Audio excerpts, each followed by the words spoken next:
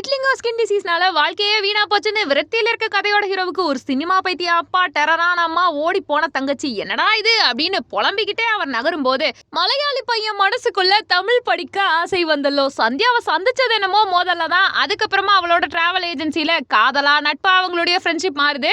ஹீரோவோட friend route விட்ட heroine பொண்ணு ஹீரோவுக்கு ஹார்ட் விட்டுட்டு இருக்கு. அவனோட டிசீஸ் அவன் கேர் பண்ணாத விதம், அவங்க அம்மாவை பாத்துக்கிற விதம்லாம் அந்த பிள்ளைக்கு ரொம்ப பிடிச்சிருக்கு. ஹீரோயின் ஹீரோவை பார்த்து சிரிக்க, ஹீரோ கன்ஃபியூஷன்ல முழிக்க. ஒரு நாள் ஹீரோயின் சொன்னான் போட்டோ எடுக்க ஸ்டுடியோவுக்கு போனா அங்க ஷார்ட் ஃபிலிம் ஷூட் எடுத்துட்டு இருக்காங்க.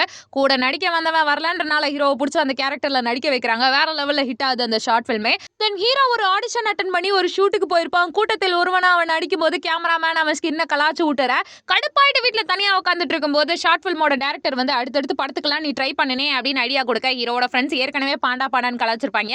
அவங்க கூட பயங்கரமா சண்டை போட்டு தனியா போயிட்டு இருக்கும்போது சந்தியாவோட அத்தை பையன் நான் கட்டிக்க போறவன் உனக்கு கேக்குதான்னு சொல்லிட்டு போட்டு நாய் அடிச்ச மாதிரி அடிச்சிட்டு இருக்க. ஹீரோவோட ஃப்ரெண்ட்ஸ் எல்லாம் பாத்துக்கிட்டே இருக்காங்க. என்னதான் சண்டைனாலுமே அத்தை பையனை அலற விட்டுறானுங்க. லவ்ல ப்ராப்ளம், ஃபேமிலியில ப்ராப்ளம், பினான்சியல் ப்ராப்ளம்னு எல்லாம் இருந்தாலுமே ஹீரோ மறுபடியும் ஆடிஷனுக்கு போறான். அந்த படத்தோட ப்ரொடியூசர் ஹீரோவை கலாச்சு அனுப்ப, சோகத்தோட வீட்டுக்கு போன அம்மாவுமே உனக்கு சோறு போடுறது வேஸ்ட், நீ அசிங்கமா இருக்கன்னு லுக்ஸ பத்தி பேசுறாங்க. வீட்டை விட்டு ஹீரோ கோச்சிட்டு போயிடுறான். சந்தியா தேடி போறா. சமாதானப்படுத்தினதுக்கு அப்புறமா ஹீரோ தங்கச்சி புருஷன் இறந்து போயிட்டனால வீட்டு பொறுப்பெல்லாம் ஏத்துட்டு பாத்துட்டு இருக்கான். தங்கச்சி சொல்லுவா லைஃப் லாஸ்ட் ஒரு சான்ஸ் கொடுக்கும், நீ ட்ரை பண்ணனோனே வேணாம்னு நினைச்ச ஆடிஷன் அவன் அட்டன் பண்றான். பெரிய கை கலப்பு, அவனுக்கு கை உடஞ்சு ஹாஸ்பிட்டல்ல கிடக்க. டைரக்டர், கேமராமேன் எல்லாருமே ஹாஸ்பிட்டல்ல தான் இருக்காங்க. சோ நான் ஒரே ஒரு வாட்டி ட்ரை பண்றேன்னு ஆடிஷனை ஃபுல்லா பண்ணி முடிக்கிறான். செலக்ட் ஆகுறான். எப்படியோ ஒரு வழியா இத்தனை தடங்களுக்கு அப்புறமா தடபுடலா ஹீரோவோட படம் தியேட்டருக்கு வருது. பாக்குற எல்லாருமே என்ஜாய் பண்றாங்க. யாருமே அவன் லுக்ஸை ஜட்ஜ் பண்ணவே இல்லை. அவன் ஆசைப்பட்ட மாதிரி எல்லாரும் அவனை அக்செப்ட் பண்ணிக்கிறாங்க. படம் முடியுது.